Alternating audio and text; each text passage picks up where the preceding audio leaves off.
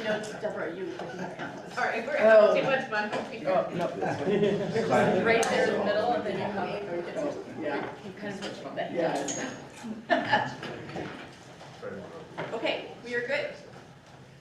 Okay, welcome everyone, most of whom are here. It is September 22nd. This is our regular school board meeting. Calling this meeting to order. Do I have a motion to establish the agenda? I move we establish the agenda as published. Second? All in favor of establishing the agenda, please say aye. Aye. All opposed, please say nay. That passes by a vote of 4-0. I should have said that Director Din cannot be here today. So there are 4 of us here. Thank you. Recognitions. Thank you. Wanted to call our attention to a number of recognitions here for both one that we're in the midst of right now with Hispanic Heritage Month, and then we also have a number that will be coming up here in October. And we'll provide some information about that a little bit later on. But the first is National Hispanic Heritage Month. Hispanic heritage holds an indelible place in the heart and soul of our nation, and National Hispanic Heritage Month reminds us that the American identity is a fabric of diverse traditions and stories woven together. Since the beginning, our country has drawn strength and insight from Hispanic writers, scientists, soldiers, doctors, entrepreneurs, academics, and leaders in labor and government. Our culture has been enriched by the rhythms, art, literature, and creativity of Hispanic peoples, and our deepest values have been informed by the love of family and faith that is at the core of so many Hispanic communities. All of these contributions help us realize the promise of America for all Americans. Skipping down for this, on behalf of, in the words of our president, now therefore I, Joseph R. Biden Jr., President of the United States of America, by virtue of the authority vested in me by the Constitution and the laws of the United States, do hereby proclaim September 15th through October 15th, 2022 as National Hispanic Heritage Month. I call upon all Americans to observe this month with appropriate ceremonies, activities, and programs that celebrate Hispanic heritage and recognize the impact Hispanic peoples have had on our nation. In witness whereof, I hereunto set my hand this 14th day of September in the year of our Lord 2022 and of the independence of the United States of America, the 247th. Joseph R. Biden. So hopefully you saw my letter as well to the community on recognizing Hispanic Heritage Month. In addition, as we look forward into October, we will be taking time to recognize National Disability Employment Awareness Month, or for us in schools, Disability History and Awareness Month, and that's part of an OSPI requirement as well. It's also National Dyslexia Awareness Month, it's LGBTQ+ History Month, and then it's also National Bullying Prevention Month. We're oftentimes asked, you know, can you celebrate this or celebrate that? And we try to rotate them around and put different emphasis. So certainly this month right now being National Hispanic Heritage Month, and then the month of October, we'll place greatest emphasis on disability awareness as well as bullying prevention.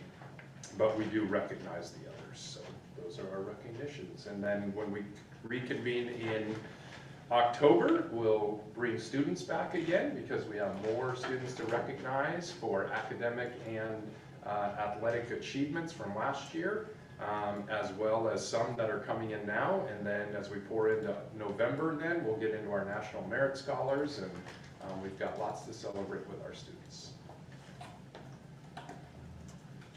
Okay, thank you. Superintendent report. Just a couple of things.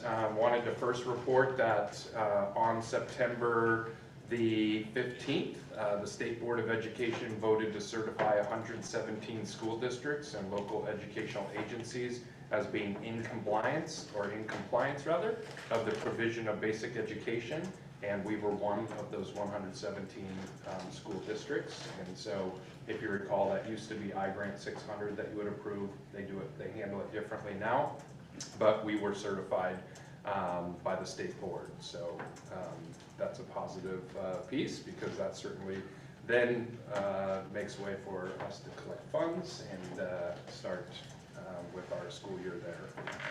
And I have a couple other announcements, but I'll do those at the end, so that's my report. Okay, great, thank you. Moving on to partial governance process monitoring, we have board policy 1800 OE11 facilities and capital assets capital project update. Great, so the last one you had was in August, I believe August 8th. We gave kind of some general updates, but bringing back Brandy Fox and Tony Kuhn, along with Matt Sullivan, Director Sullivan, to provide our update on our capital projects. Do we want them just sitting there? Just sitting here. Just sitting there. We could stand up in front of that.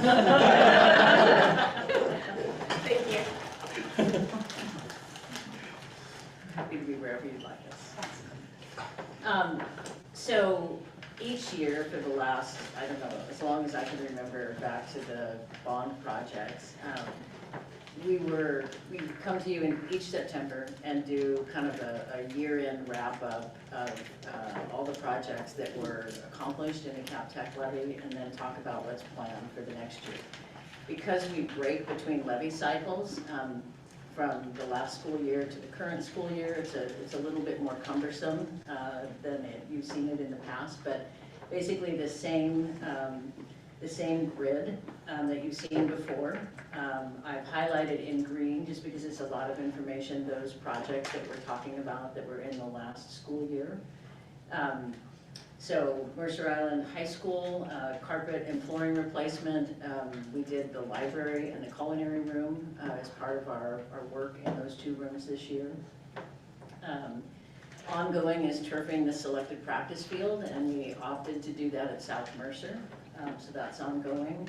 We did the main gym bleacher replacement, and as you know from years past, oftentimes we'll roll things into a different year. We'll add things that were never on the list to begin with, and that, you know, this is definitely a living document. So both the main gym curtain and the greenhouse replacement are pushed into the next levy.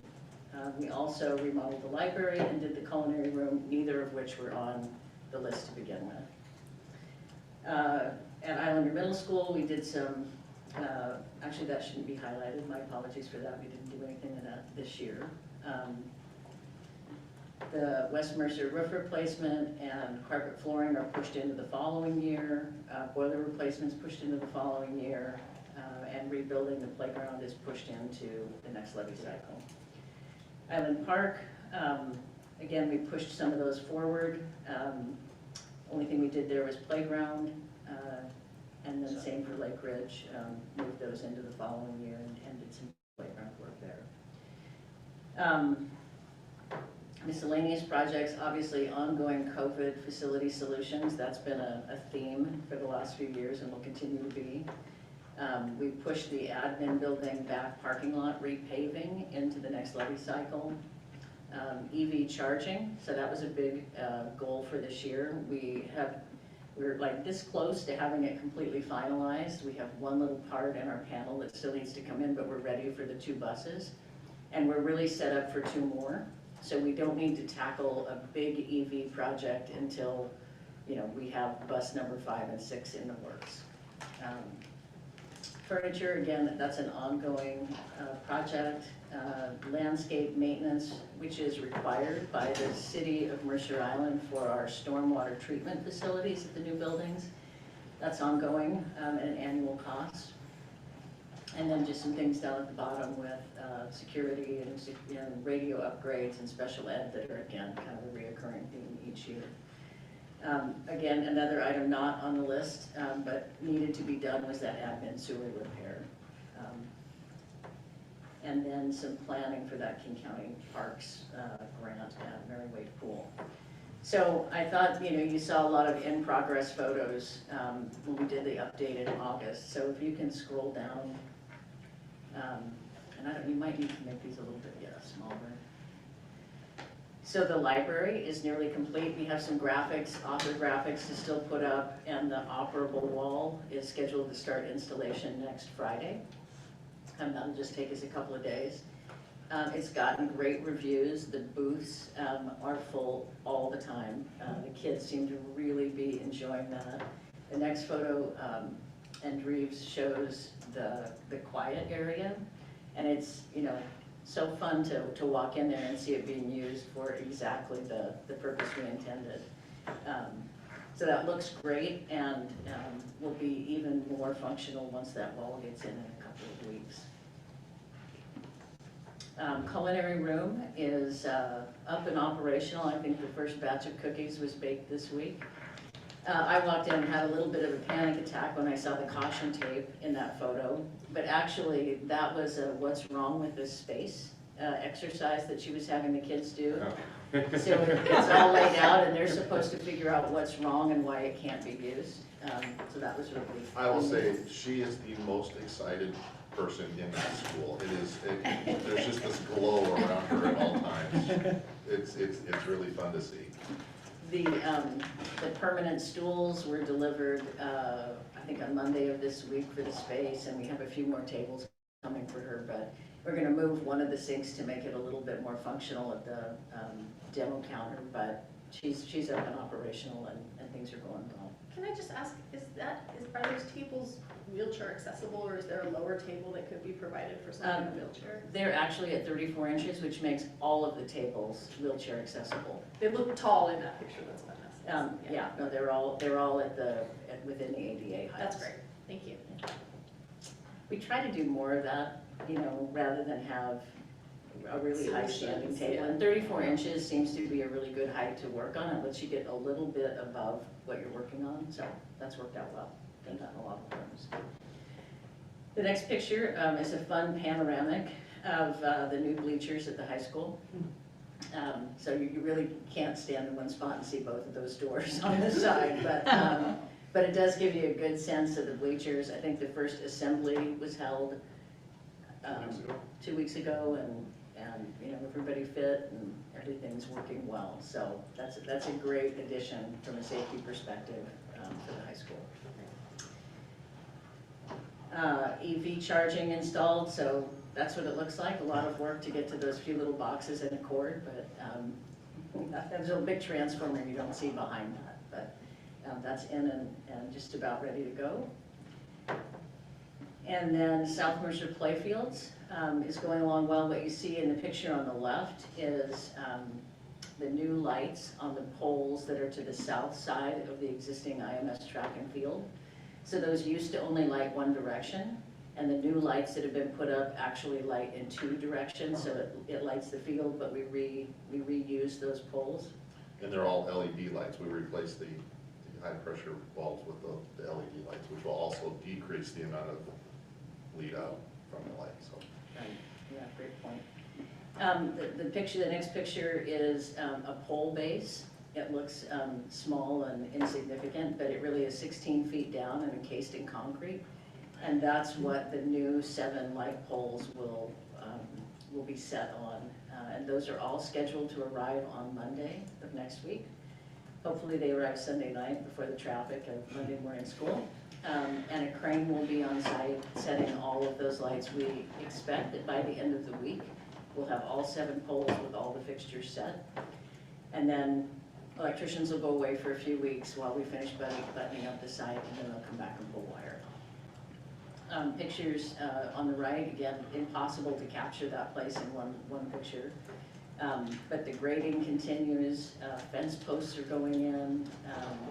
So we seem to be well on track to finish at the end of this year. It's going to get a little trickier as, you know, the cooler weather and the rain sets in. I'm sure we'll have a few struggles to get something down in the rain, but Dave Anderson with D.A. Hogan and Field Turf are both feeling really confident about it. And they generated a whole new schedule that we went over this week, and it's within a day of the schedule that they provided us initially, so I feel good about it. Can you remind us when is the ETA for being done?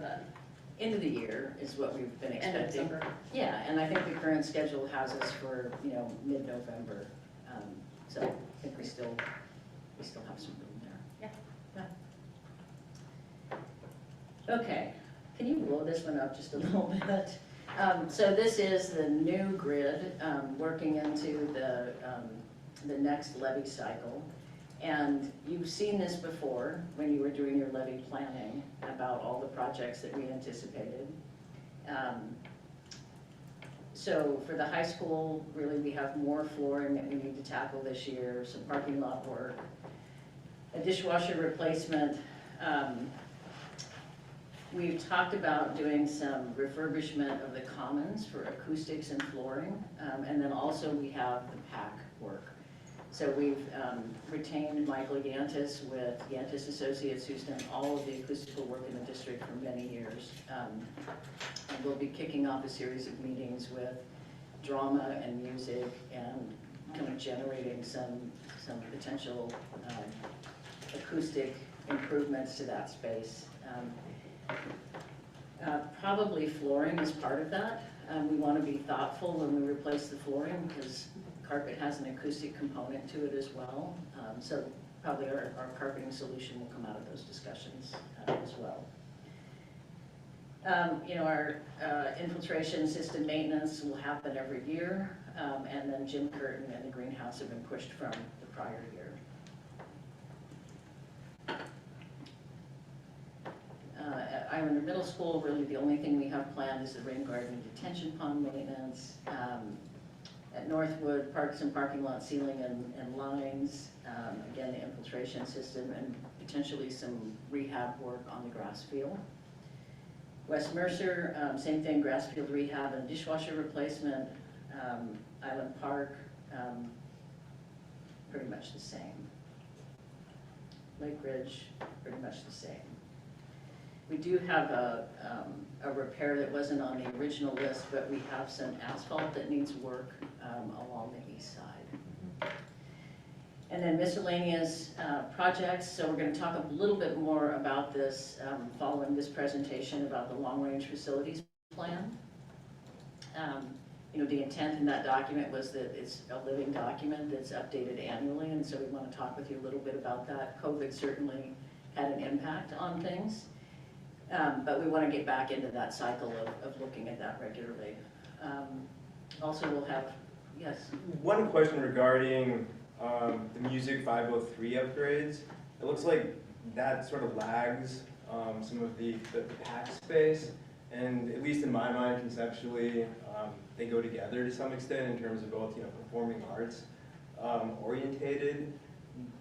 How is that decision made, and I mean, is there any thought in terms of trying to make that happen earlier? And then I'm looking into upgrades. It seems like sort of the two buckets are more sort of those that impact students, whether it's facilities of some sort, right? Playing fields, playground equipment, and then there's sort of the less glamorous maintenance, which is necessary, but less of a direct impact on the students. And it looks like sort of the more maintenance items, when I'm looking overall, like those seem to sort of understandably be happening sort of later in the levy cycle, and the ones that impact students early, like the most, they're happening earlier, which I think is sensical.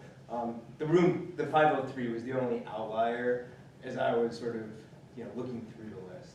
Sure. And I think what this doesn't capture is some of the work that we've done behind the scenes in there to try to get the room to perform better. We've been working with some of the ceiling tiles in there. It's little things. It doesn't take a lot to increase the acoustics in a space. So we have been working on that kind of behind the scenes. It's still on the list. If we do have to bring Michael Yantis in or somebody to do something a lot more, a larger scale. But we've definitely been trying some different things in that space to try to get to perform. And we've had Michael out to look at that space. I suspect it will come up in these conversations and may very well get pulled back in the plan. It's not a massive project by any means. It's not something that's it's not going to be a summertime. I don't foresee it being a massive summertime fix of any sort. It should be a fairly minor. And that's why filling in the holes in the ceiling. Yeah, maybe filling in the left side and opening up the right side type of thing. That's what we've been playing with. So. Good question. Can I ask about IMS? You mentioned the rain garden. Is that like the existing stuff that's out in front, like the reeds and grasses and things like that? Yeah, so when we did those projects in 2015, 2016, they are, permitted through the city of Mercer Island, and the city of Mercer Island has to permit their stormwater release through Department of Ecology.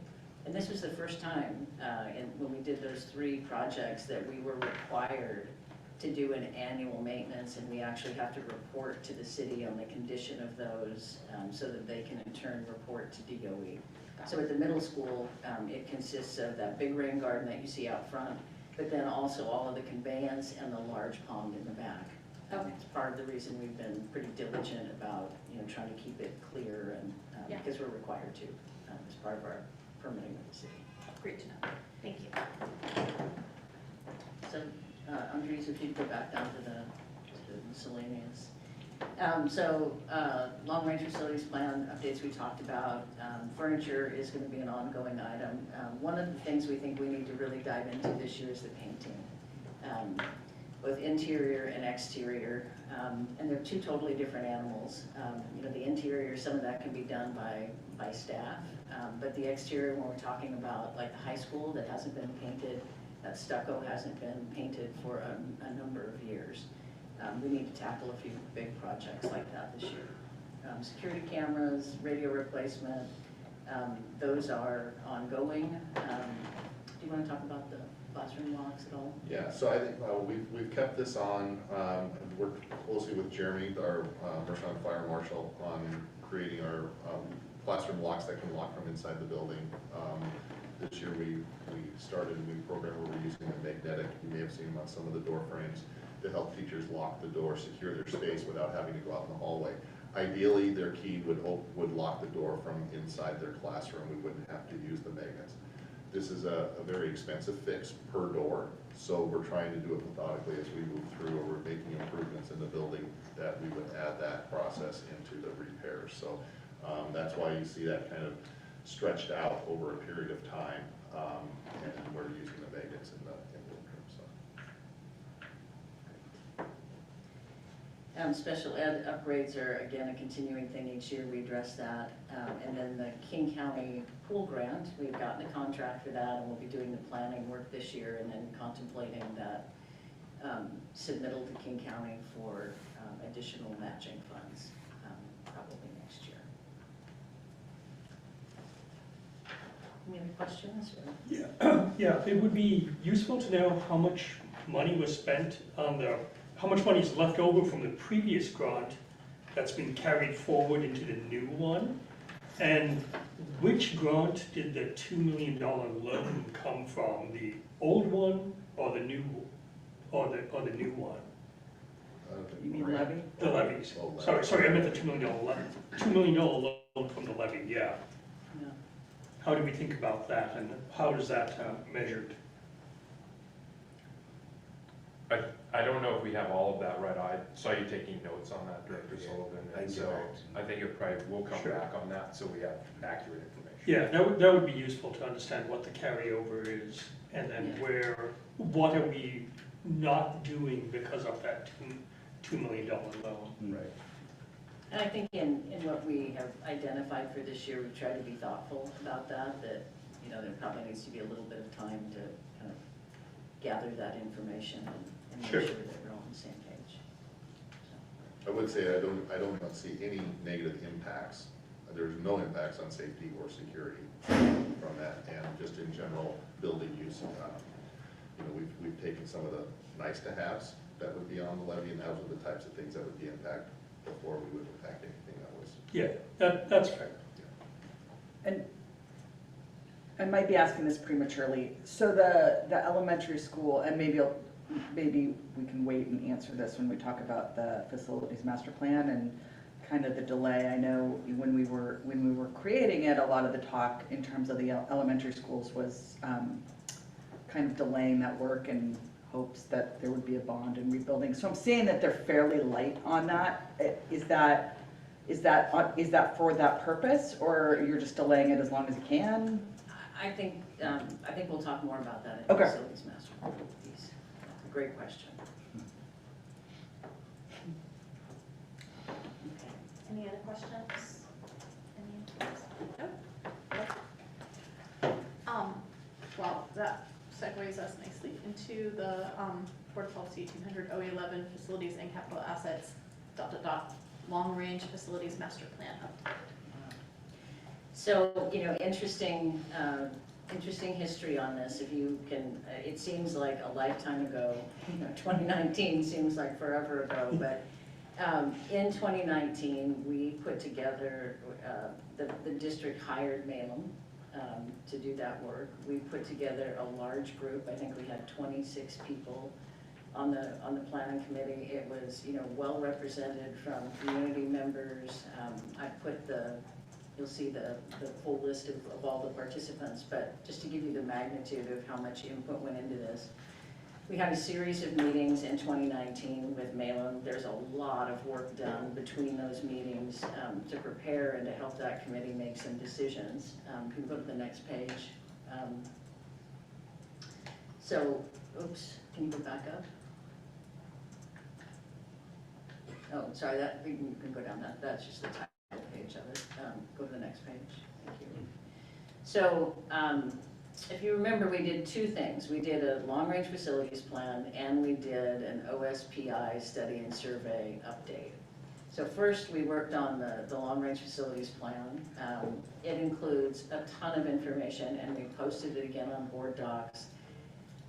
348 pages of probably the most detailed assessment of the district facilities that's been done in the time that I've been with the district for sure. So, lots of discussion about, vision and program, a lot of detail about the existing conditions in all of the schools that Tony and I worked on painstakingly. And then all of the minutes and white papers and everything that was done for the series of meetings. If you can keep scrolling down. Next page, I just included again all of those participants. That really was who attended the meetings. And then the next page shows you, in addition to all of the people who participated in the meetings, all of the other people in the district that we reached out to for that long-range facilities plan. So just again, to reinforce a huge amount of information and data and a lot of community input. And what came out of that, you can go ahead to that next page. What came out of that was kind of a series of options about how to approach renovating the buildings on the island. And the preferred plan scenario was IMS first, finish IMS. Island Park second, just because it's in, probably the worst condition of the three. There always is stuff to do at the high school. And then, followed by West Mercer, Lake Ridge, more work at the high school, and then the pool. I would say, and David, you were in all of these meetings as well, that I think IMS was clearly the first project to be done. I think it gets less clear when you talk about which of the elementaries needed to be done. It could easily be shuffled in a lot of different ways. And we never, because we ended kind of in, I think our last meeting was in early 2020. Our second to the last meeting was in early 2020, the pandemic hit. And we wrapped this up on probably what was one of our first Zoom calls for all of us. Very well done. It was very well done, Really. especially for early on. Right. Especially for early on. But we never got to do the rollout to the community and gather feedback either. So that's still a big piece of what needs to be done there. And that might very well influence some of the decisions about which elementary school goes first. The other thing is, we think about updating this plan is it is really based on capacity and enrollment. So if you go to the next slide, Malum determined based on the square footage of each of those schools and a reasonable utilization rate of square footage, what the capacity was for each of the buildings. So Island Park, Lake Ridge, Northwood, and West Mercer are all listed there in the blue bar. The gray bar reflects the portables that are on site, which gives you added capacity, but is not in that number that's noted. And then the middle school and the high school capacity is shown. That hasn't changed. That's still the capacity of each of those buildings. If you go to the next slide, it's also, all of this is also predicated on the enrollment. And there have been some pretty significant enrollment changes in the last few years. So the data that the committee looked at was from Les Kendrick, Dr. Les Kendrick, who's done lots of demographics, really is the go-to guru for Washington. And he had a high, medium, and a low projection. And what we all knew was that, likely in the two lower bars that you see, there would be a slight decline in enrollment. I think that lowest projection was for 4,500 kids. Sorry. You mean the high range forecast? Yeah, the low range forecast in 25. Just 4,100 or so, right? Is that 100? So 4,000 and There's a 4,056. 4,000 is it zero? Yeah, October 25. And in October of 25, and we know that at least the current enrollment is lower than that in the current year. And so I think that, a logical next step in updating this would be to go back to Dr. Kendrick to really look at what the enrollment figures are, because I think that it will influence all the decisions that you make. It will influence how much needs to be built at the middle school. It will influence what the projected enrollment and capacity are at each of the elementary schools. So I think before we can really dive into updating the recommendations, that's our first step. Yeah, I think that makes a lot of sense. We used to be tracking the pink one, the middle bar, but somewhere along the line, we started tracking the low bar. And then now we're well below the low bar. You mean like March of 2020? A little bit before that, we started tracking the low bar there, actually. Yeah, we currently stand at 3950. Yeah. Yeah, Yeah. it's kind of a different landscape just in a lot of ways. Though interestingly, the PTA Preschool Association was saying otherwise, that they're saying there's an influx of preschoolers, and they're surprised by how many preschoolers there are, and they were kind of flummoxed by our enrollment projections. And Do they know how many of that is on island versus, is that all it's on all island? on, It's all on Okay. island. They track it separate? You mean where the kids attend preschool? Well, because No, many of the where- kids that attend preschool on the island are not island residents. Oh yeah, but MIPA is basically island residents. Right, but what's MIPA using? Are they using their members? Are they using, like, is I see. membership Yeah. increased? Has the actual numbers of Mercer Island residents with kids in preschool increased? Like, well, they were at the PTA council meeting, and they were aware of the context being, enrollment in our school district. So they were aware of that context when they said it doesn't align with the fact that they've got so many preschool students. So I assume that they were talking about on-island destined kindergartners. But that's a good that's question. a That's a big, good that's a big Yeah. assumption. Yeah, Yeah, because just personal experience, there, Yeah. JCC, at least when we were there, not a lot of people were involved in MIPA, and we were not on the island when we were there, so just, I met with the president and vice president of MIPA. I'm gonna be hopefully getting out to a couple of their events as a speaker to some parent events, but I'll look back with them too and figure out. We also have a connection with their directors, and so we might work through their directors because they might be able to help us out with the percentage of students who are Mercer Island residents within their program for that. So. And it doesn't negate still going forward with Les Kendrick and doing this from a birth rate perspective as well. Yeah. well, I would And- assume that's part of his research. Yeah, he included, I think, preschool information, Yeah. housing turnover information, population data, birth rates in King County. And I'm sure there are a lot of interesting trends that he's seeing in other districts as well, that it would be, good to have the perspective for it. I think he did state when he talked to us that birth rate is his biggest determiner of school enrollment. That's kind of the biggest knob that can be turned. And to a large degree, that makes intuitive sense, I think. But interesting if there's an influx from preschool as well. Yeah, and what have the birth rates been during the pandemic and, Lower. We How certainly- long does that analysis take? We haven't reached out to him yet without your direction. But I would guess that it's 3 to 6 months to get him scheduled and in and get a full study done. And what's the cost approximately, or? Yeah, Like I any- don't remember. It all depends on the size and scope. It usually 4, 10 to 15 to 20. Yeah, depending on something in how that deep range you want to probably. go, how big you want to go. I would, I think that's a great first place to start and a necessary first place to start. I think that,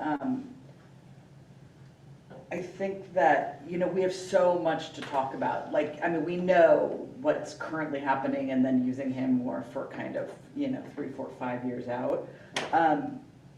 But we have so many different, I think, in the meantime, kind of doing a presentation, the community outreach of the long-range master plan that we didn't do because of COVID could be really helpful to kind of start painting the picture, because otherwise we're looking at, 6 to 12 months out before doing that. The reason I'm saying that is we have a lot of choices. We have more choices now than we did when we did the facilities master plan with the enrollment decreasing, and then budget challenges, can we really sustain for elementary schools, and and if we don't, what do we want to do? And that has to be a community kind of decision journey from the get-go. So I just feel like I think that adding kind of a few of these public, explaining the facilities master plan, maybe bringing the committee back together just to kind of say, here we were, let's go out to the community and so as a starting point, because I think we're gonna have some tough decisions to make,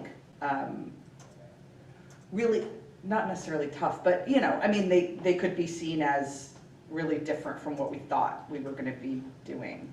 Yeah, I think that's accurate.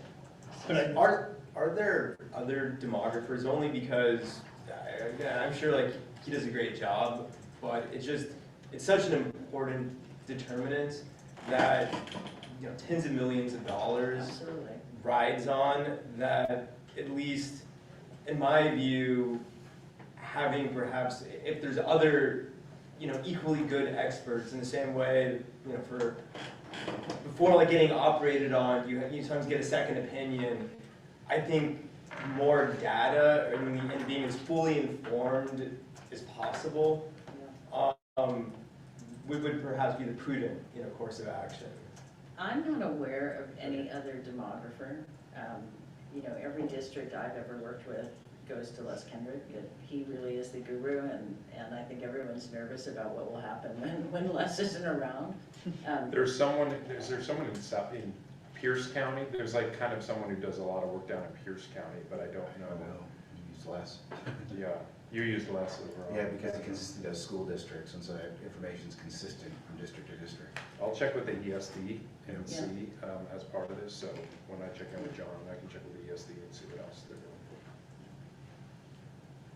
yeah, I think the other one we'll have to do is think about what the options are in front of us. I think if we go to the community, we'd have to talk about what options sit here, because we're significantly lower in elementary schools, that we could close an elementary school or suspend an elementary school for a time being till enrollment comes up. So that's one option. Another option is to think about rebuilding an elementary school and not needing, and moving everybody into the existing 3 schools. Third option would be to think about more permanently closing an elementary school and rebuilding one of the other elementary schools is a bigger elementary school, and we could go back to 3 elementary school model. And so thinking through kind of what options are in front of us, both for near and long term, and having that discussion with the community might be useful. Otherwise, if it's too broad a notion, it makes it more difficult to have a good discussion, I think. But, certainly open the door for other ideas. But it does seem like the logical discussion point to pick up the conversation again since Island Park was the next, after finishing IMS was the next priority on the list in terms of like the options that were identified by the group. Yeah. So it's sounding to me like we are interested in having an updated demographic study done. Curious whether there are any other options. If there aren't any other viable options, sticking with the guy who's been doing it all these years for us, do we need for that to come back up to the board again, or is that enough instruction as far as like just getting it going?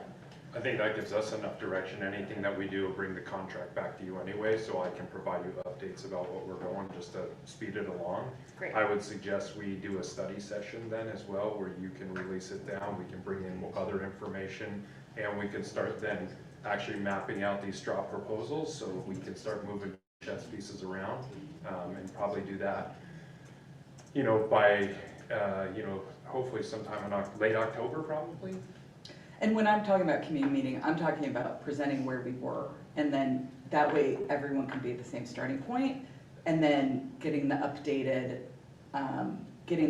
numbers and building conditions at as a next step. But I don't think we would throw all these different ideas at big groups to discuss. That's kind of a recipe for disaster.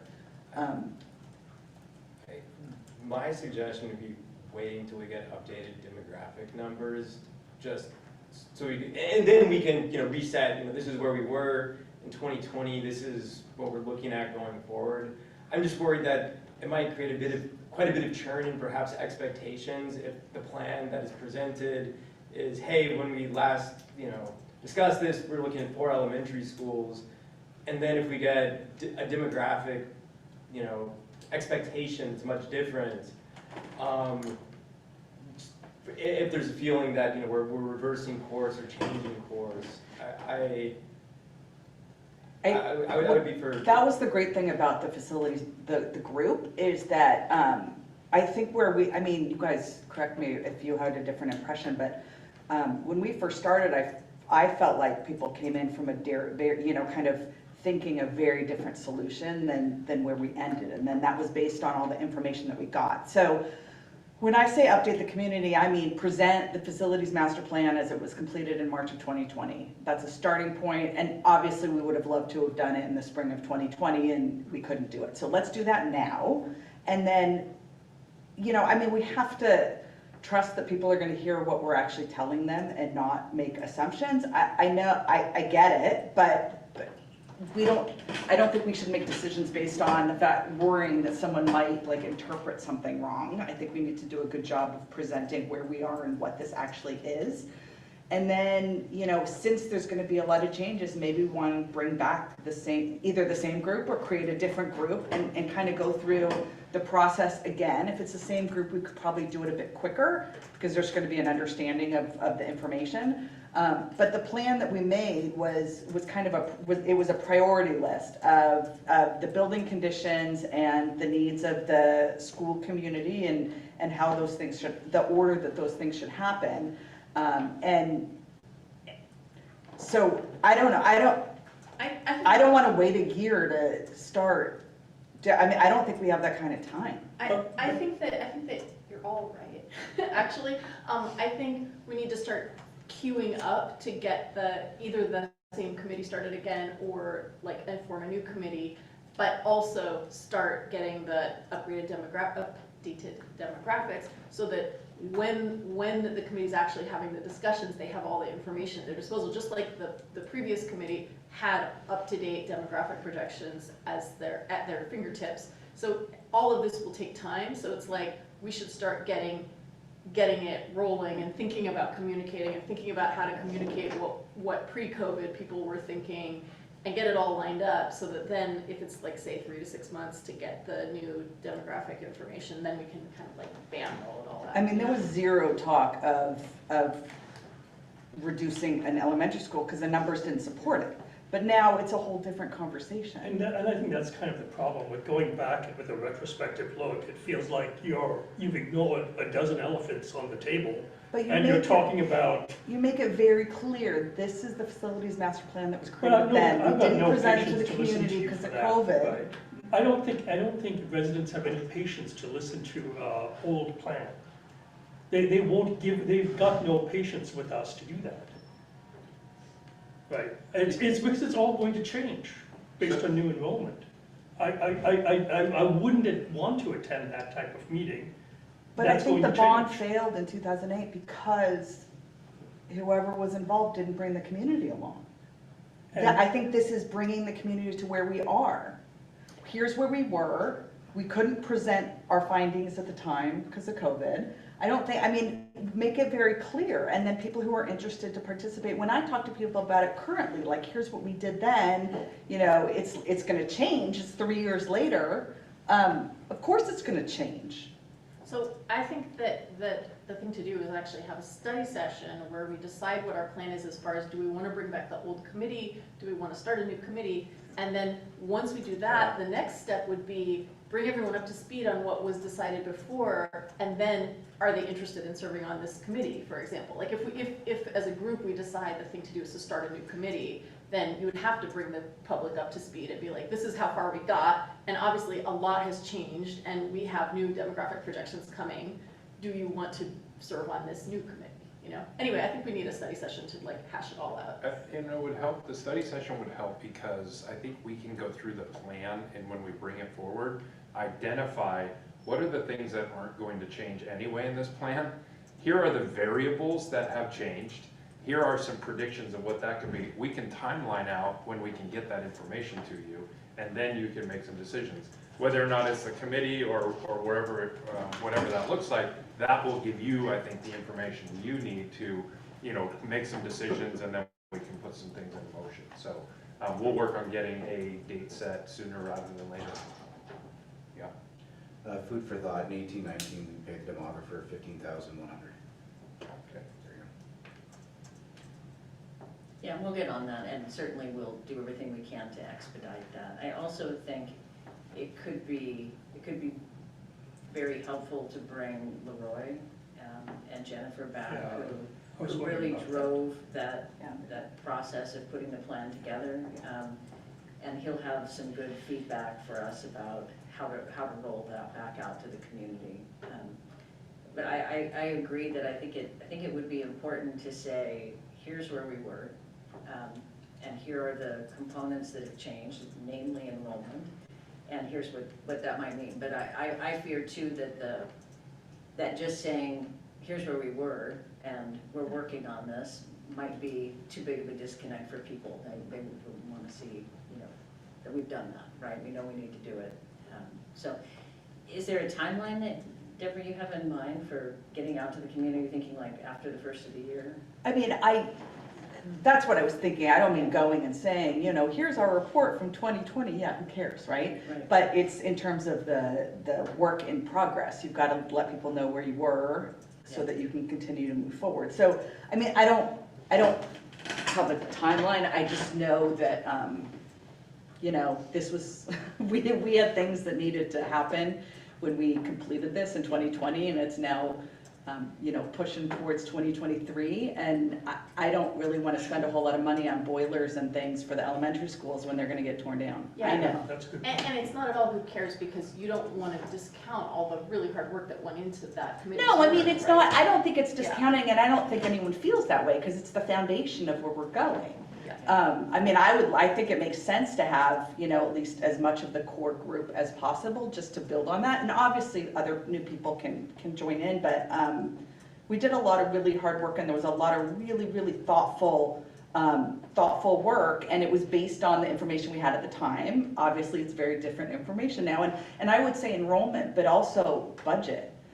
when we throw out these numbers of how much overhead a fourth elementary school is, and there's our, huge chunk of our fund balance right there just on overhead. So, that, we didn't take any of that into account. So, I would like to see it sooner rather than later. I just feel like things get bumped down the road, whatever you think is appropriate, but I think there's much more urgency. I know the economy's tough, I know inflation is through the roof, but if we don't start planning, then we're gonna be nowhere. I'm not saying we start tomorrow, I'm just saying we've gotta start planning. So I would put down a date of thinking about this for March to May. So one example would be, is if we could quiesce a school, that would impact next year's budget, and knowing that before May would be, or June would be a positive. By quiesce, just temporarily shut it down or something like Do that. you mean for the 23-24 school year or for the 24-25 school year? We'll figure that out, but before school year. Because we would need, from an HR perspective and whatnot, because of all the building moves and everything else, we would, literally, we would need to know December, January, because of all the union impacts, the work condition impacts, and all of that. And then we're talking about that. So that would be the challenge from, if we're talking about moving a school offline, that needs to happen like right now in order to make that. But that's a big community conversation. Right, Yeah. so I would say if we could aim to have, a plan by that time, not this December, a year from, is what you're saying. A year from, I think that's a great timeline. And then it gives, if we can aim for, fall of next year to have the plan in place. So you're saying, start thinking about it in March to May with an aim? Why would we wait till? I'm trying to figure out what. No, I think we work backwards. If Fred is saying that we need, that we need a decision by a year from December, if it's going to impact, if it's going to be 24-25 school year, that we create a plan for. But then there's bond. So what that says to me is that we want to take this school year, we want to update our demographics, we want to reconvene this committee, and we want to have a fairly clear plan before school's out this year. Because summer's impossible to do anything with, and then school starts, and boy, we've got 6 weeks of productive time before the holidays hit. So really, that is, during this school year, we need to reopen this plan and convene the committee and come up with some Yes. options. And this is for the plan. This isn't the start date. Maybe people will say, let's get on board and do it now, but this is for the plan to say, here's what. It will help you with bond conversations Right. too, because those are all gonna go together. So when we come together at the end of October, mid-October for this, that's gotta be a conversation. Timelines, bond, capacity, and then plans that we'll put together in terms of what does it look like to get a new demographer to do another study and put these into play. And I think the demographer will be super important for the bond and future building plans. Yeah. Certainly near term, we've got an obvious enrollment gap that could suggest quiescing a school and saving the money from that has some value, whether it's next school year or the year after. I guess I leave that to other things. Depending on the. I do think in terms of demographers, there has to be demographers that do this for other states in the same way that, it could be proven wrong, but it seems that when it comes to demography, there's nothing particularly, local knowledge, it doesn't seem like would be that It's so important. Well, you have to plug in the local numbers, but an economist who, can look at various, cities' growth rate, and it's not like they can only do an economic analysis of a particular city. I would love, considering how much rides on the demographic projections and how relatively minimal the cost is in comparison to the magnitude of the decisions that ride on it, to have a couple demographic studies, so we're not putting all our eggs in one basket. Yeah, it was worth listening to Les Kendrick though. I mean, Oh, like, it's either macro or micro, and he was definitely at the micro level for a lot of this. And the fact that his expertise went in different districts, he was amassing the same knowledge, so you got economies of scale because of that. So if you pulled somebody from California and said, do us, you know, that might be it's a whole different study if they don't have that. Yeah, and maybe they come back and say like, I couldn't do that, or it'd be very expensive, right? Yeah, I yeah. mean, he's been, until we hit COVID, he was spot on.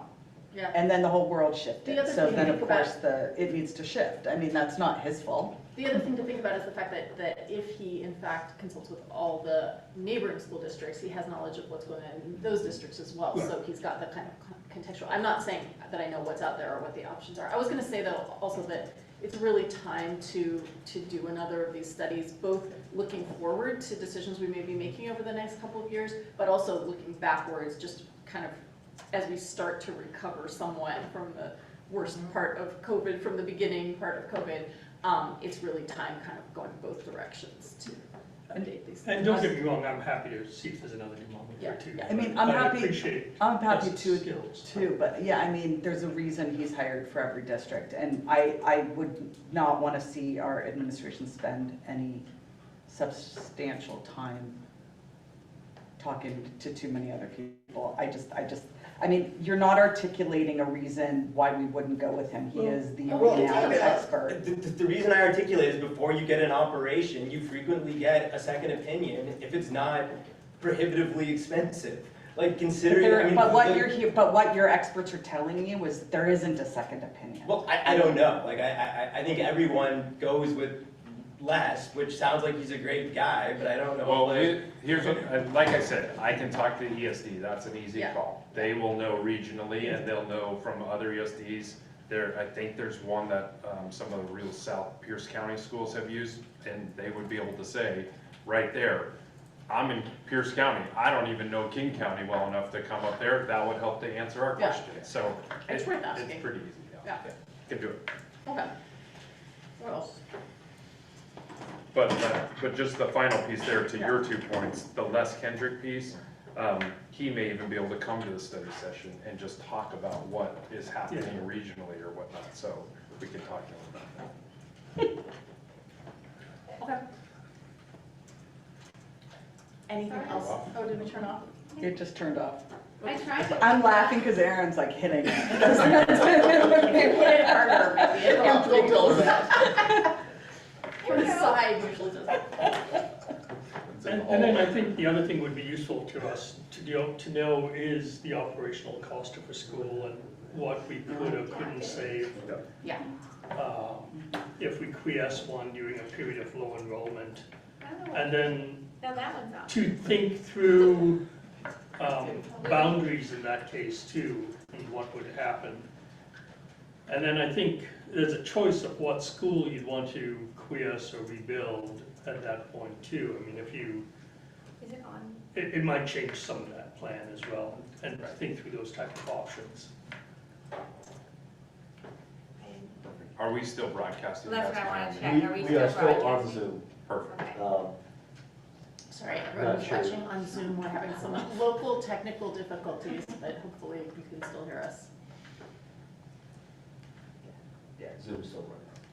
So, any other things you want to share on that, or questions from anybody? It sounds like we've got. Is there anything we missed? Is there anything you were thinking about that we didn't, that we didn't bring up? No, I mean, I really think the demographics are gonna drive that. Yeah. So, you know, I think what we want to be cautious and thoughtful about is that, you know, particularly with something like COVID and the impact that it's had, you know, I want to make sure that we don't go down a path where we go through all of the, you know, thought process of closing an elementary school and the effort to that, and then find that in 5 years, we need another elementary school. We want to be Yeah, very careful, Exactly. if that's a path you go down, that it's sustainable. yeah. So Thank you. I mean, it'd be a whole lot easier if we didn't have to. it would be a lot easier. It was a lot of work for it to happen, so. Yeah, administratively and otherwise, a lot of work for it. So, okay, great. Thank you very much. the last slide? Well, It is now. It is now. It was. I think it was. Well, your proposals, but you said. Yeah. Okay, so, moving on, we've got Board Policy 1005, Board Officers, Legislative Priorities for WASDA Legislative Assembly. Yes, fill out your survey, just yes, no in terms of the position statements for WASDA. At the same time, I put the prioritization box, which you should now be able to check, along with the yes, no. And the reason for that is just to create a short list once all the final positions are created at the conclusion of the WASDA Assembly prioritization form is sent around. I'll just shortlist every single item that people mark for priority, so rather than sort of sorting through 200 proposals and marking it, it can just be those that we've flagged as being actionable that we want to prioritize. And then, unless people have different thoughts, I was planning on just circulating a form that will use ranked choice voting, and based upon that, like that will be the priorities.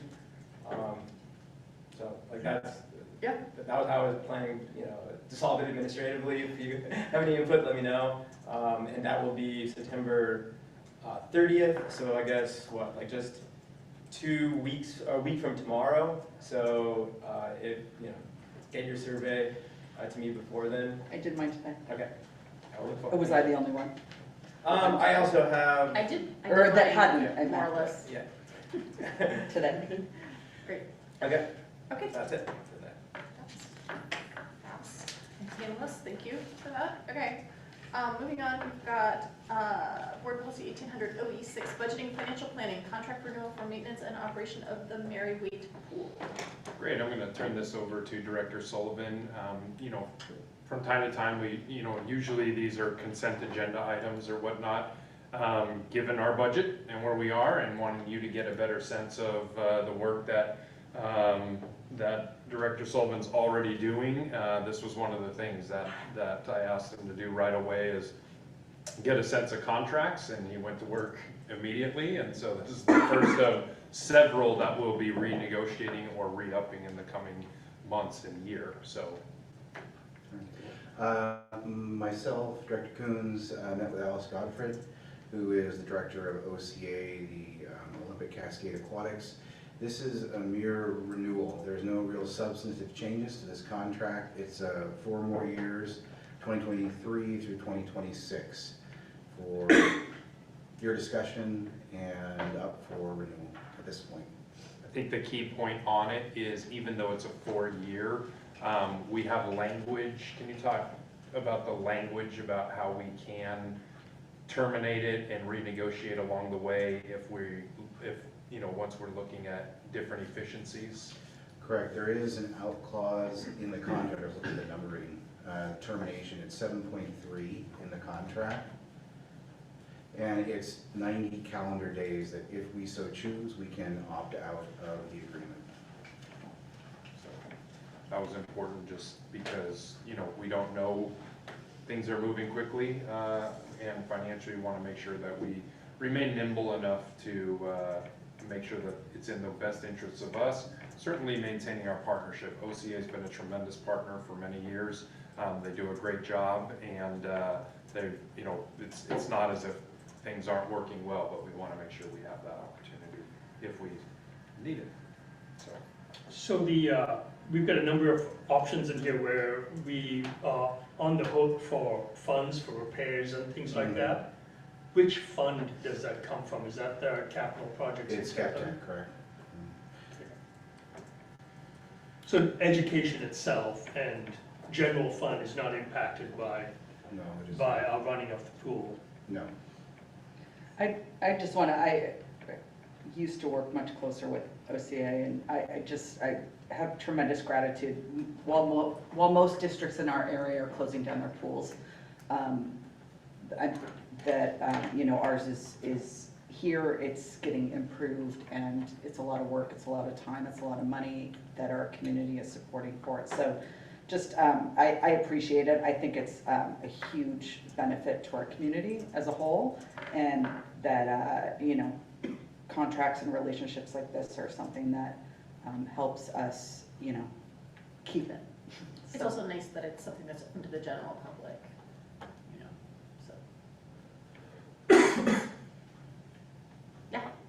Do I have a motion to approve this contract? I move we approve the contract for the renewal contract for maintenance and operations of Mary Waite Pool. Second? All in favor of approving the contract renewal for maintenance operation of the pool, please say aye. Aye. All opposed, say nay. That passes by 4-0. Thank you. Next up, we have Board Policy 1800 OE9, Communication and Support to the Board, proposed revisions to Board Policy 3231, which relates to student records. All right, is this Jamie or is this Director Prescott or? I can do it.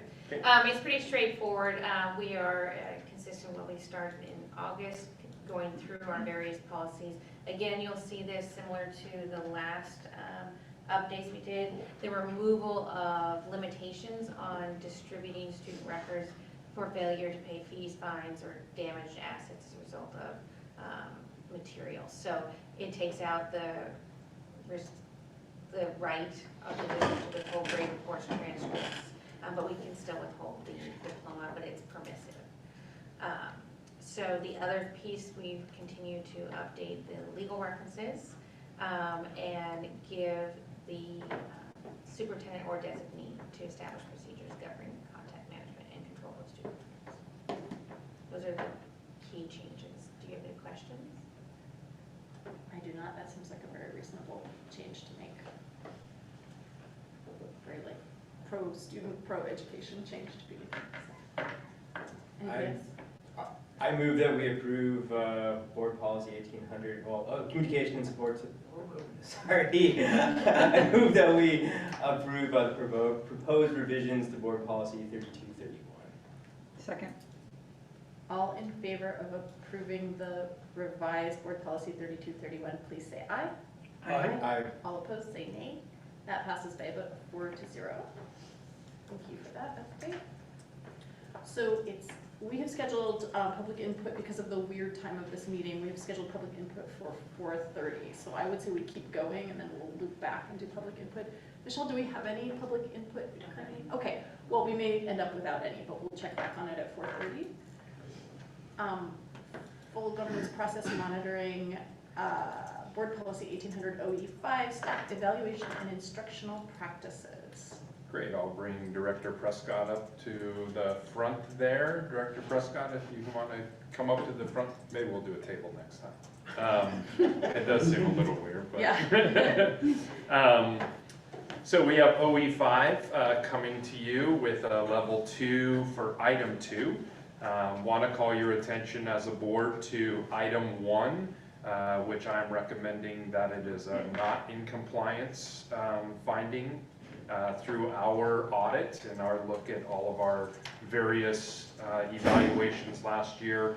The overwhelming majority of them were done correctly, they were done on time, they were done in accordance with your policies as well as state law, but we did find some anomalies and some issues. Some of it was the timelines were not crisp and adhered to in the way that I would like to see and I think our system would like to see. Our system that's called eval, that's where we submit our all of our certificated staff evaluations into. There was inconsistent use there. Thank you, Andrews. And lastly, there were some that were left incomplete. And so that being said, we're already working as an HR and superintendent team to identify corrective action on this so that next year we'll certainly be in compliance. So I did want to point that out for that one. Dr. Randall, can I just clarify too that one of the things that I think caused a number of the issues that we found were that we had the option to do what was called a modified comprehensive from the state last year. Because of COVID, we'd had this modified comprehensive for a few years. And I think there was some confusion as to whether or not something was officially submitted through eval because it was modified. And so I think that is part of it as well. It's not just deadlines, timelines, or things like that.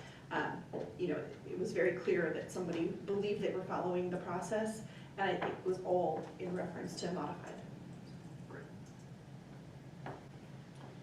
So if we go into level 2 then, I'll turn it over to you, Director Prescott, to talk a little bit about the elements related to section 2. So take it away. So in this part, we briefly outline the different elements of the evaluation process. I think it's important to note and include it in the top part here. One of the things that we're doing this year is preparing for the rollout of the Danielson 2022 framework for teaching. You'll see as we begin this process, we're working with training administrators this year. We're going to be piloting it with a few certificated staff throughout the district. The language is much more in line with our vision, mission, and values, the way that we speak about education, the way we talk about teaching and learning. And so it's not to say that 2011 is antiquated. We are still using that this year, but I'm excited about the shift and the language and where we're going with the 2022 Danielson. So we do have to adopt the new version. We have 2 years to do it. Based on a number of things, we've decided that we're piloting this year. We're rolling out and providing training and support for administrators, making sure everybody feels solid about some of the language changes, including some of the look-fors and things that we do in training as to through observations and artifacts and things that teachers submit, so that we're all calibrated. We're engaging some administrative teams in calibration of their evaluations, making sure that we're consistent, and we're spending time, for the first time in a couple of years, calibrating as an instructional leadership team. With COVID, we were so trying to keep schools open and keep kids learning that we have this opportunity that we're going to engage in some calibration of our administrators, ensuring that we're consistent across the board. TPAP training, so principals go through training. We've got a couple new principals in the district this year. They are out of the building 6 different times during the year to ensure that they are receiving some really in-depth training in the evaluation and using the tool. So we do that every year with any new administrators. We've got new teachers who receive several trainings throughout the year. They also receive lots of feedback early on, especially first 15 days. There are people in and out of the classrooms, making sure that they're feeling supported, that if they've got questions, they're answered. And then we have a clearly articulated, through our CBA process of evaluation, series of timelines, etc. Let's see, there's just a glance at kind of the impact of COVID on the evaluation. I mentioned that we had that modified comprehensive, and what that did is it allowed for us to not have to look at every domain and really be able to narrow the focus without it being a focused evaluation. So it's still more robust than the focus. This year we are not having a modified comprehensive. We are back to the traditional. We've got comprehensive, so looking at all state aid criterion, and then we've got focus, where we're really diving into 1 plus student growth goals. And it's a 6-year cycle now, is that right? Yes. Once you've completed your comprehensive 3 years or whatever, then it's 5 years of focused, and then on the 6th year, you're back to comprehensive? Comprehensive. Okay. Yep. Under the quantitative report, that's just the number of teachers on each of the evaluation cycles by building. And then, let's see, percent of each cycle teachers. Oh, percentage and total number, sorry. And then just some examples of feedback. You have meetings on sites throughout the year. The superintendent, last year superintendent, deputy superintendent were at all the sites. That's part of the evaluation process. They're in classes, they're meeting with administrators, they're providing feedback. Administrators in the building are in classrooms. There's a requirement of a certain number of observations where they're in classrooms, they're observing teachers and student learning, and then providing reiterative feedback loops where they meet post-conference, they've got questions, talk about wonderings. At the middle school they use the teaching channel, and they use that to video record a lesson, and then both the evaluator and the educator go through and can make comments, and it's really a reflective practice. We've got instructional coaches that go in and provide support, not as part of the evaluation process, but if somebody through an observation, hey, what about working on this? They then have the access to the instructional coaches to go in and really, without the evaluation component, take some risks, try some new things, really engage and try to improve practice. And let's see, what else? We've got, we listed some things that are there for new educators. We've got the mentor program. We've got PLCs that meet at each of the levels. hosted by instructional coaches and mentors to help them onboard them to both the building systems and then the district systems. We've got some opportunities specifically targeted to veteran educators because we're a learning institution, we're all learning. And let's see if there's anything else that I'm missing. Oopsie, I hit. One thing that's sort of interesting to me, like it's not directly related to the review cycle, but what can be extrapolated, is looking at the comprehensive versus focused percentages for the different schools. There's a pretty big range, which would seem to suggest, for instance, that Northwood,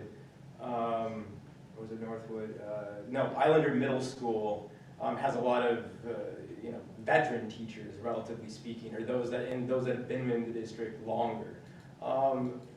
Any thoughts on that and sort of why there's such a range across the schools? A couple things on that. One is there are pockets. You can see that certain schools get hit, like Island Park got hit with a number of comprehensives, and they actually have quite a veteran staff, and it's because they've all been in it so long. When everyone started on comprehensive, then they've been all on kind of the same track. So some of it has to do with just the cohorts as it goes through, and it's not as much about veterans and others. It is also that when you come in from a different state, if you come in with a certain number of years or you come in with experience, you don't have to go the full 3 years on comprehensive before you're focused. You can start on the 3rd year versus a new teacher starts there. So it isn't quite, I see it absolutely what you're saying, Director Glowitz, and actually it because of the cycles and the way people have gone through, it's not quite that packaged. I think too, one of the things you'll see here, if you look, the number of staff at the middle school who went to modified comprehensive is far more than any other school. So really those 17 were scheduled to be on comprehensive, but they opted to go modified because of COVID and a variety of, so that number would actually be combined, it would be 7 and 17, and so then we're looking closer at 42% compared to 58, so it's not quite as stark, but it is like still West down. Mercer, for instance, seems to be an outlier where there is a very, very few that are on the comprehensive, suggesting that teachers have been there for a long time. Yeah. There's also, and this is not specific to that point, but also at any time based on our CBA up until I think December 15th, anybody who's unfocused can go back to comprehensive in working with their evaluator to focus on some other things or to be looking at something from a broader perspective. So there is that ability, and sometimes that throws a cycle off where you think somebody's on a trajectory for either 4 years and then it jumped to 6 years. So there is a time shift there where there's going to be more on focus for a longer period of time than we've had, but there is also that ability for somebody who's on focus to be pulled back to comprehensive and change those numbers as well. Other questions? No. So do we need to have a discussion about whether we're finding? Oh, I did have one other question. Is there, and I know it doesn't sound like it's required under state law, but is there any formal processes for reverse reviews like in the district? And do any neighboring districts that you're aware of, offer that opportunity? Like I know in the business world, it's not uncommon for there to be the opportunity for reverse reviews where you get to review your boss and in a formal way. I was wondering thoughts on that. So that really, the place where that comes out the most is in the EES survey. There's a whole section on leadership, in terms of the school level. With that, there's not necessarily systems and structures built in, just as we don't have student evaluations that you have in college classes often, where they evaluate the professor or the instructor, where we don't have that. So the things that we do are things like the 360 survey. So right now we have some administrators who have put out a survey to their staff, and it's a random group, and then they all provide input anonymously, and then it provides feedback that way. So we've done it on our own from time to time, but nothing systemic, if It's not required. Right. And even doing that for internal use hasn't been considered, or is it useful? I think that's where, you know, we have some administrators right now using the 360 for that exact purpose. And then, you know, a lot of times. Just for their private self-development. Right, and oftentimes it's shared with the evaluator as well, and there's a mutual conversation on that as well. It's good to know. Do we need to have a discussion about, how to find the district, whether we want to say, like, in compliance with noted exceptions, not in compliance? Give me part one. I mean, I think that I would agree with Dr. Rundle's notation that the district isn't in compliance and would. And we understand vote why. for- Yeah, and would vote that, you know, that we also find that it's not in compliance. Yeah, I'd agree with that, and that we don't have an overall compliance, and we have an overall we can have an overall rating as well as a rating for number one.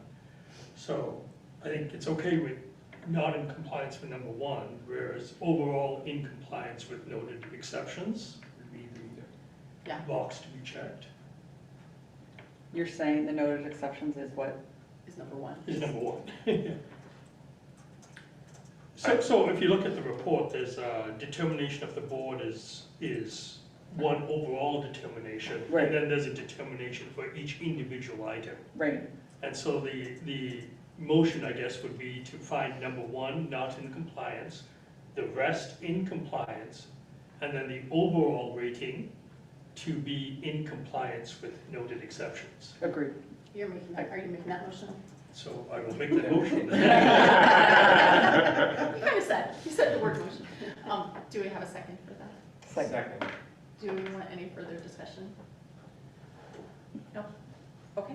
All in, no, do I have to say that again? All in favor of finding the district overall in compliance with noted exceptions, not in compliance on number one, but in compliance for everything else?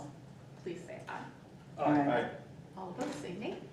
That passes by 4-0. Thank you very much for the extensive explanations and background information, a bunch of which was new to me, what came from Director Prescott's. Okay. It's 4:22. Next up is the consent agenda, so I guess let's just keep rolling because it's not 4:30 yet. I move we approve the consent agenda as published. Second? All in favor of approving the consent agenda, please say aye. Aye. All opposed, say nay. That passes by a vote of 4-0. Next, we have we have no items removed from the consent agenda, so now we have superintendent's announcements. Great, just a few announcements. One is our booster clinic last weekend. I think it was 800 or so doses. The 500 for this weekend have already filled up. As we were in the meeting, they launched another 160. So we continue to, I think that's well received by the community. I also had released an update, or actually a communication with Chief Holmes and Tammy Cork from MOYFS last week about fentanyl. It then led to some good conversations. I met with Chris Harnish, our drug and alcohol counselor at the high school, and had some other conversations with community members. So I reached out, and we've been able to secure through a different company additional Narcan prescriptions for free. We hope to have those at our Pathways building, Crest, at our press box, and then all of our elementary schools. And we're talking about how we can get them on buses as well. So we're working on that as we move forward. And the last, the other announcements, I heard you already talking about the WASDA Region 2 meeting on October 26th, and then also coming up at the end of October on the 25th and 26th, that's the Schools Foundation Calling Nights. So just some updates there, and those are my announcements. Sorry, did you say the 25th and 26th? Yes. Are they doing it together? Yep, in person, between the Crest and here. And so there'll be signups coming soon on that. So those are my announcements. Thank you. Board announcements, inquiries, and reports. Do we have anything else legislative? Nothing other than the PTA advocacy meeting met last week.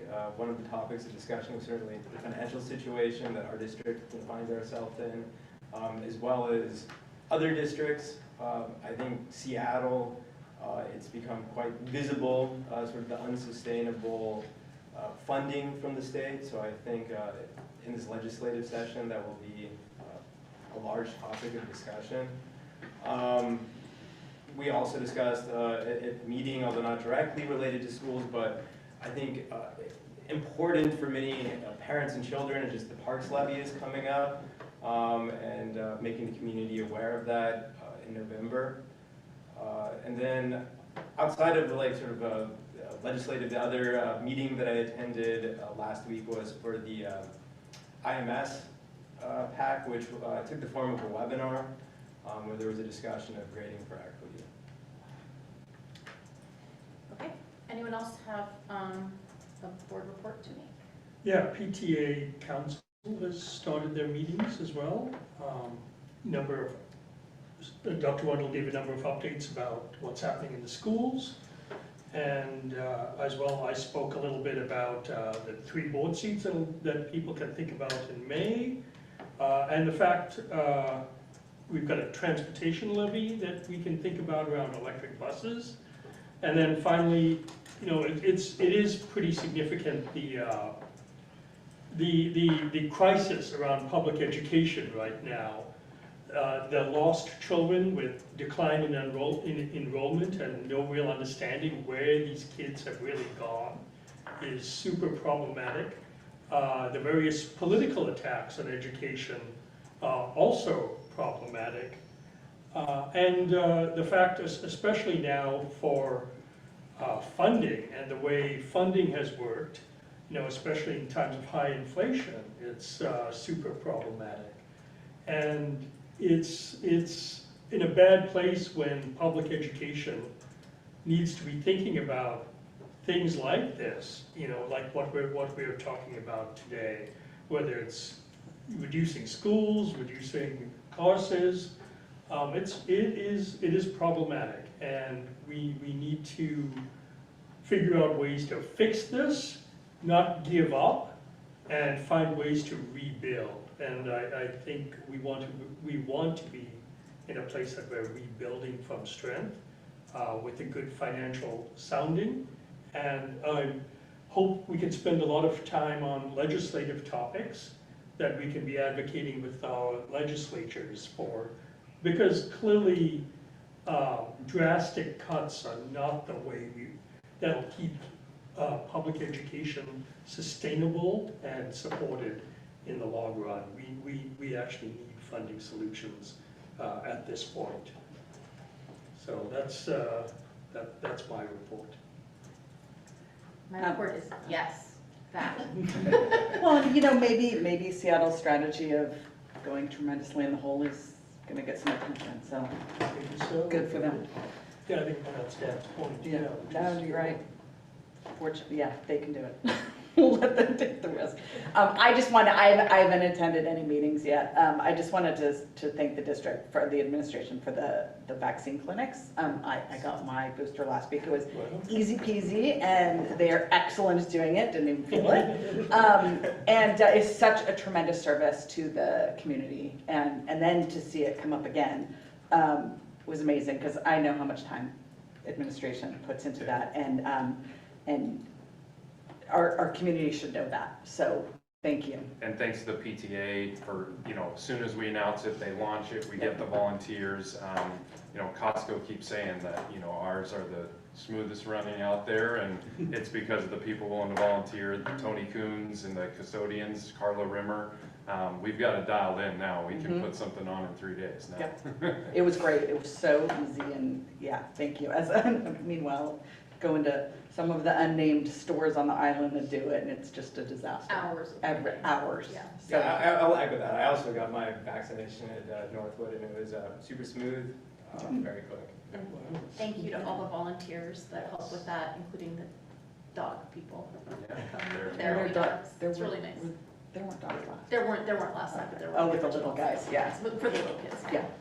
Yeah, so I don't have any board reports because none of my committees have started meeting yet. It is now 4:30. Do we still have no one signed up for public input?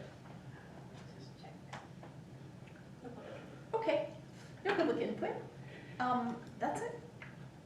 This is probably a record. Do I have a motion to adjourn? I move we adjourn. Second. All in favor of adjourning this meeting, please say aye. Aye. All opposed, say nay. That passes by a vote of 4-0. Thank you so much, everybody, for being here. Thank you. We've got volleyball and soccer at Juanita.